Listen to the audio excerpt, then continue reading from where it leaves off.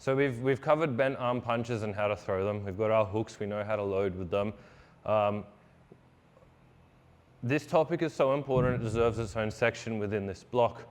And that's defensive responsibility when you throw your punches. Now, I know I touched on it, I didn't even touch on it. I went in on it pretty extensively on all the previous comments, but I see so much value in this section of boxing, and I see it executed so poorly that it deserves to be talked about itself. So defensive responsibility comes really down to guard positioning when throwing punches. So how am I being defensive while being offensive?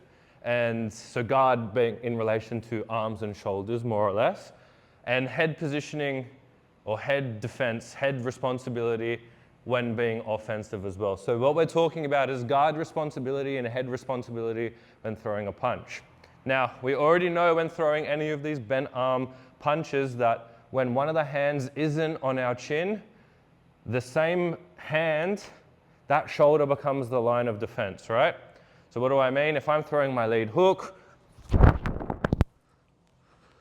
my shoulder becomes the line of defense, as opposed to this, where, yeah, my shoulder's there and there's nothing here to protect me, right? Same with the rear up, or a rear hook, yeah, rear uppercut, lead uppercut, yeah. Those shoulders are always acting as a line of defense when being offensive. I know I've drilled that heaps, but it is so important because there are people that counterpunch, there's counter fighters, and they're waiting on moments where your hand is being offensive and leaving your chin, where they see that as their opportunity to strike you. Now you need to minimize their chances of scoring on you, even if we're talking points or knockout in boxing, right? You need to be defending yourself as much as possible. So the shoulder, why not use it? It's available and it promotes good punching tactics. So really drilling this habit of no matter what I throw, bing, bing, bing, bing, bing, bing, right? My shoulder acts as a line of defense to protect me while I'm being offensive. So that is guard responsibility in terms of shoulder defense when being offensive. And then we need to talk about your punch recoil with bent arm punches. So that's a pretty simple one, yeah? Like we've got our shape, we know this is where we operate being best defensively, as so. If I throw here, and now I'm over here, I'm no longer in a position where I best defend myself. So at the end of every punch, unless we're linking the punches, which we'll talk about in the next block, unless we're linking the punch, the best option for us is to recoil our punch, no matter what we throw, right?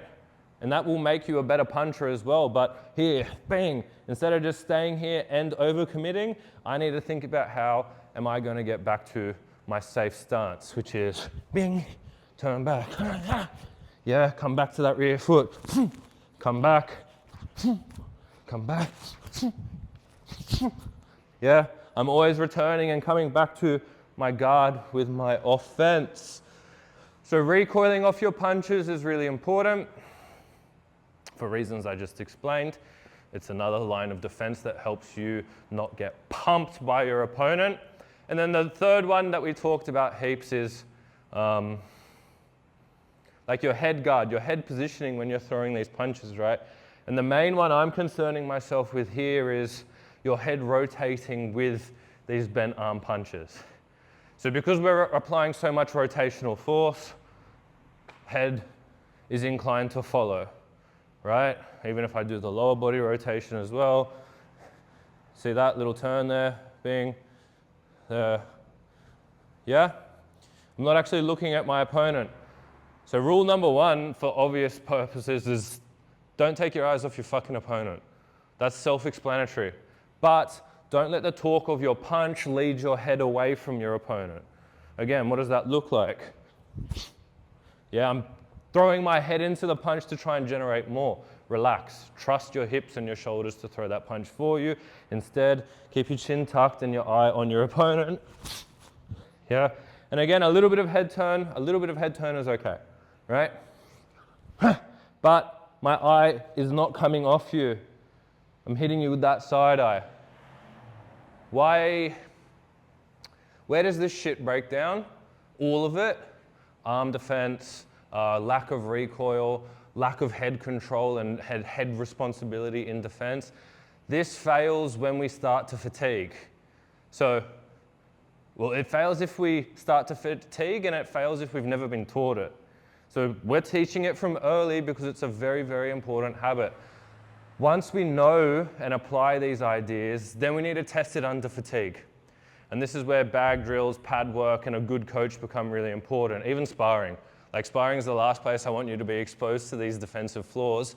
I'd rather you be good at the fact on your bag or on your pad work and then be in a safer position. But you can imagine, once I start fatiguing, all my rigid, like real tactical, calculated boxing starts going out the window and it turns into a bit of a scrap. And typically I find this shit's the first to die. Punches become lazier. So instead of throwing out nice punches, we start coming down from here. Yeah. Punches get lazy because we're taking paths of less resistance to get the punch there, and we're arm punching. The head starts following. The head gets lazy and recoil gets lazy, bang, or it gets slower. So that comes down to fitness and boxing fitness. Not just fitness, but boxing fitness will highlight people's weaknesses. And defensive responsibility is almost always a weakness in a boxer because they don't really train it enough. Anyway, that's it.